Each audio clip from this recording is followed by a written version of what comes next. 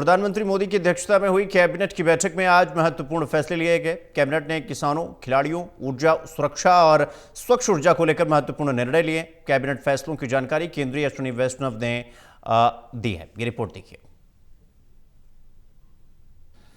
प्रधानमंत्री नरेंद्र मोदी की अध्यक्षता में आज हुई केंद्रीय कैबिनेट की बैठक में कई बड़े निर्णय लिए गए हैं। प्रधानमंत्री नरेंद्र मोदी की अध्यक्षता में हुई इस केंद्रीय कैबिनेट में फैसलों के बाद केंद्रीय मंत्री अश्विनी वैष्णव ने लिए गए फैसलों की जानकारी दी है।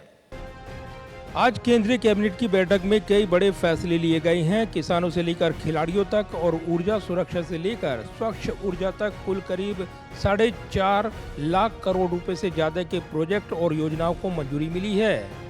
केंद्रीय कैबिनेट ने प्रधानमंत्री किसान सम्मान निधि पीएम किसान योजना को वित्त वर्ष 2026-27 से 2030-31 तक यानी अगले 5 साल के लिए जारी रखने की मंजूरी दे दी है। केंद्रीय मंत्री अश्विनी वैष्णव ने जानकारी दी है कि इसके लिए कुल करीब 3.15 लाख करोड़ रुपए का आवंटन मंजूर किया गया है।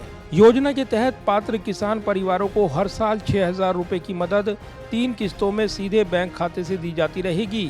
करोड़ों किसानों के लिए बड़ी राहत मानी जा रही है। पीएम किसान योजना आप सब जानते हैं कि देश की एक फ्लैगशिप प्रोग्राम है और इस प्रोग्राम में देश के किसानों को जो क्रॉप साइकिल के हिसाब से बेनिफिट दिया जाता है। साल में 3 बार 2,000 रुपए का सपोर्ट, इनकम सपोर्ट दिया जाता है, जिससे कि बीज खरीदना हो, फर्टिलाइजर खरीदना हो, इन सब के लिए किसानों को एक अच्छी क्रॉप साइकिल के बिगिनिंग में बेनिफिट मिलता है, जिससे कि खेती करने के टाइम में सोइंग के समय में बेनिफिट मिलता है। खरीफ सोइंग में, खरीफ हार्वेस्ट, रबी की प्रिपरेशन में और रबी के हार्वेस्ट के समय। वहीं केंद्रीय कैबिनेट ने प्रधानमंत्री सूर्य सरोवर योजना PMSSY को मंजूरी दे दी है। इसके तहत अगले 5 साल में 5,000 मेगावाट फ्लोटिंग सोलर क्षमता विकसित की जाएगी। कुल आवंटन 5,070 करोड़ रुपए होगा। इस योजना के तहत जलाशयों और तालाबों पर सोलर पैनल लगाए जाएंगे, जिससे जमीन की जरूरत कम होगी। साथ ही एनर्जी स्टोरेज सिस्टम भी जुड़ेगा। इससे करीब 16 से 17,000 रोजगार के मौके बनने और कार्बन उत्सर्जन कम होने की उम्मीदें हैं। प्रधानमंत्री सूर्य सरोवर योजना में जितने वाटर बॉडीज हैं, डैम्स हो, लेक्स हो, कैनाल्स हो, उन सब का उपयोग करके जो solar power generation capacity create करना है, उसका अप्रूवल लिया गया आज। 102 गीगावाट यानी 1 लाख मेगावाट की कैपेसिटी पोटेंशियल है भारत में। इस स्कीम में total 5,000 megawatt floating solar PV photovoltaic capacity Bharat में क्रिएट की जाएगी।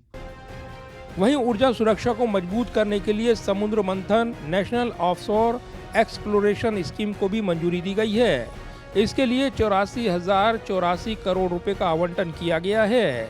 डीप वाटर और अल्ट्रा डीप वाटर क्षेत्रों में तेल गैस की खोज इससे तेज की जाएगी। इससे नए भंडार जुड़ने, घरेलू उत्पादन बढ़ाने पर विशेष रोजगार फोकस होने पर उम्मीदें की जा रही हैं।